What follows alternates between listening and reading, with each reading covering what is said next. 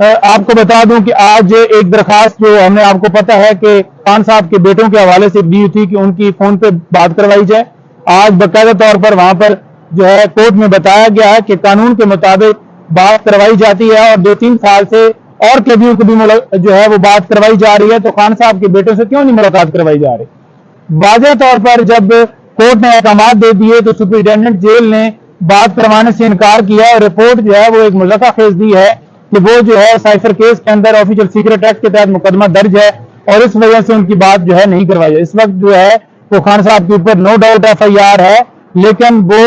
مجرم قرار نہیں دیے گئے.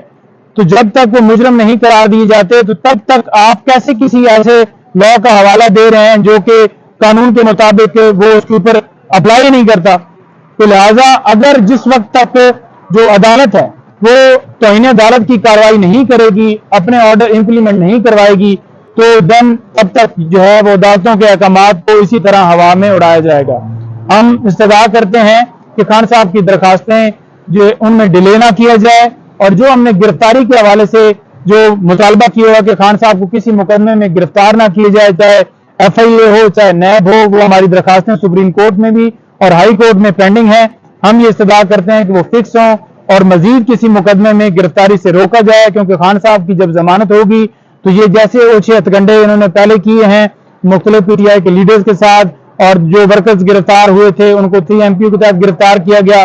ہائی کورٹ کے احکامات کی جو ہے وہ اس کی تذلیل کی گئی اور ان احکامات کو جو ہے ہوا میں اڑایا گیا، دوبارہ بار بار گرفتار کیا گیا. آپ کے سامنے پرویز الہی صاحب والا ہے، آپ کے سامنے شہریار افریدی والا معاملہ ہے، ہر معاملے کے اوپر جو ہے سرفریدی والا معاملہ ہے، ہر معاملے کے اوپر جو ہے سرکار نے باقاعدہ طور پہ عدالتوں کے حکم کی تذلیل کی ہے.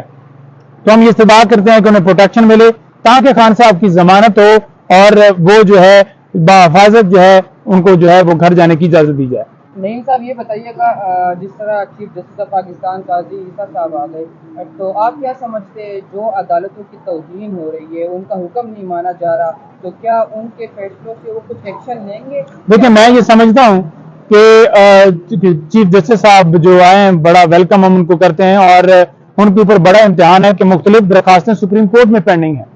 ان کے اوپر جو ہے فیصلہ فوراً آنا چاہیے. جیسے کہ سویلین کا ملٹری ٹرائل اس حوالے سے درخواست پینڈنگ ہے اور الیکشن 90 ڈیز کے اندر پریکٹس اینڈ پروسیجر بل والا معاملہ پینڈنگ ہے اور اس کے ساتھ ساتھ فنڈامنٹل رائٹس کی جو ویلیشن ہو رہی ہے، جو لوگ اغوا ہو رہے ہیں، جو لوگ جو ہیں اٹھائے جاتے ہیں اور ان کا پتہ ہی نہیں چلتا، جو لوگ بے گناہ جیلوں میں پڑے ہوئے ہیں، یہ تمام جو درخواستیں ہیں سپریم کورٹ میں پینڈنگ ہیں. ان کے اوپر جو ہے بولڈ ڈیسیجن دینا چاہیے، سٹینڈ لینا چاہیے. اگر چیف صاحب کھڑے ہو گئے تو پورے ملک کی عدالتیں کھڑی ہو جائیں گی. یہ ان کے اوپر امتحان ہے کہ جوڈیشری کی جو عزت ہے اس کو بحال کروایا جائے اور جو احکامات کو ہر روز ہوا میں اڑایا جاتا ہے وہ احکامات جو ہیں تبھی امپلیمنٹ ہوں گے یا آگے نیکسٹ جو ہے حکم کی تعمیل کی جائے گی کہ اگر سپریم کورٹ کے چیف جسٹس صاحب کھڑے ہو جائیں گے. سپریم کورٹ کے چیف جسٹس عدالتوں کے باب تصور کیے جاتے ہیں اور ان کو سٹینڈ لینا پڑے گا، تبھی ملک کے اندر رول آف لا اور آئین کی بالادستی ہوگی. اپلیکیشنز پینڈنگ پڑی ہیں، جو کیا عملہ نہیں ہے سپریم کورٹ کے اندر یا کوئی اور وجہ؟